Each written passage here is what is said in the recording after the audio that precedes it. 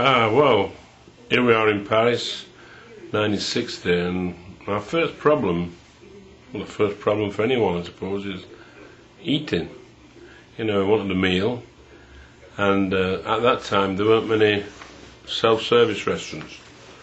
So, we had to go in, our first restaurant, and look at the menu, try to assess what was on the menu, and order it in French. So anyway, we ended up in this moderately priced restaurant on the Boulevard Haussmann, I think it was, can't remember. And we looked at the menu in the window, worked out what we thought we wanted, went in, and the waiter arrived. Qu'est-ce que vous voulez, que vous désirez, vous allez commander, are you going to order? And well, the brother had been learning French off 78 records, the old lingophone type records where you listen and repeat and build up a stock of, hopefully, of useful phrases. And there was just one drawback. We had been playing the record on our old dansette, an old portable display, which apparently had been running a bit slow, which meant when Peter ordered, it was a little bit deep and rather pedestrian.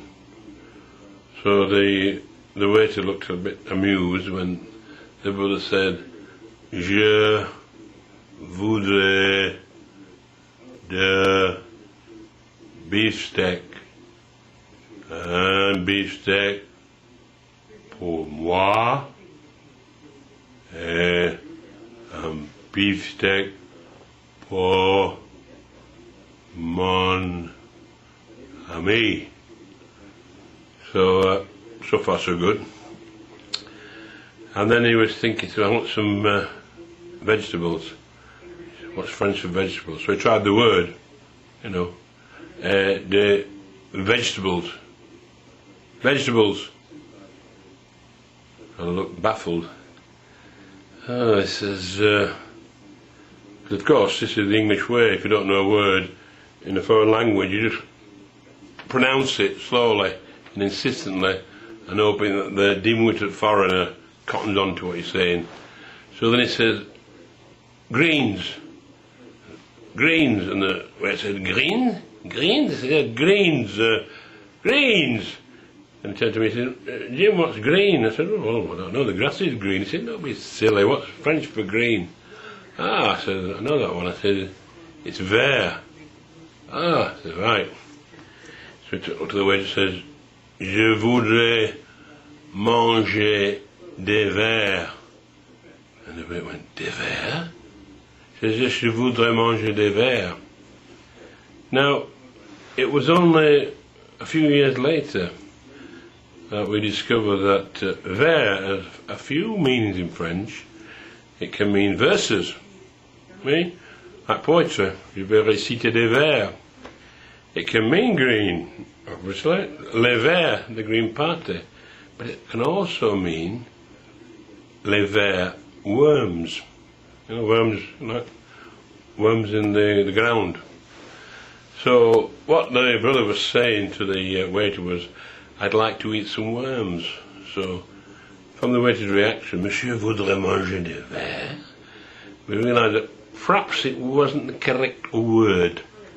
So we resorted to the time-honoured method of walking around the restaurant and poking your finger in other people's dinners and saying, "Want some of those, lad? I'll have some of those."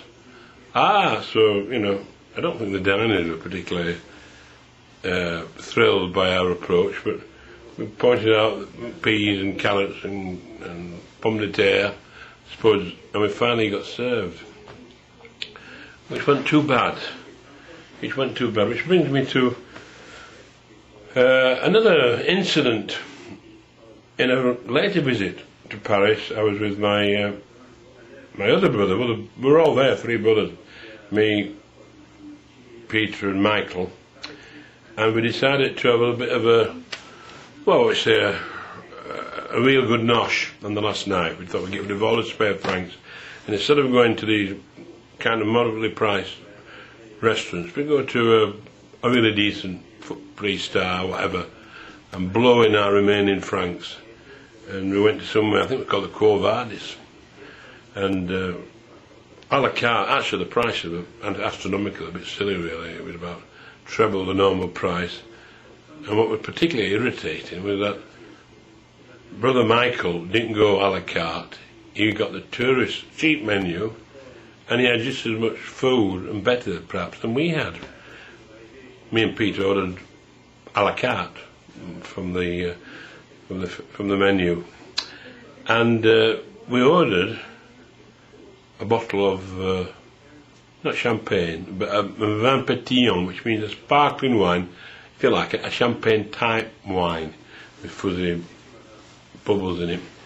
So the sommelier arrived. The sommelier, in fact, was the wine waiter. He kind of had a leather apron from his chin down to his toes, and he carried, various wine bottle openers and God knows what. But he brought in our bottle of Plonk in an ice bucket, right? Put it on the table, then just eased the cork, took the cork off, then put the bottle back in the ice bucket upright, and left it there. And well, we thought, well, when are we going to get this wine? So we stretched out for the wine, and he poked his head around the corner. No, pas encore, not yet. I said, oh, blood and sun, not yet. So we sat down a bit, and you get a bit parched, and we had a few minutes, and then we start again, groping, going for the wine, and no! Oh, there it is again, and it would make us all nervous. So when are we going to get this wine? So he had to leave it there for a certain amount of time, so it got warmer, got colder, God knows what we was waiting for. And I wanted my brother said, well, I'm going to have this wine. He grabbed hold of it, started to pour, 4 more, boom, the wine waiter's there. Got hold of the bottle. It would have been a bit like a contest, arm wrestling. Rives the bottle away, and then turns all professional and pours a little bit in each glass. I thought, is that all we're having? But that's the routine, The wine waiter holds it up and looks and smells and asks you to taste it, and well, I didn't know whether it was good or bad, but we finished the bottle eventually, and he didn't attempt to pour it after our first pour, and I suppose, I'm not sure whether they always pour the wine when you want extra, but anyway, we had such a tussle at the beginning that he kind of retired to the kitchen or wherever, probably saying to himself, that was uncultured English, they don't know what they're doing, So that was another episode in our experience of Paris. There we are.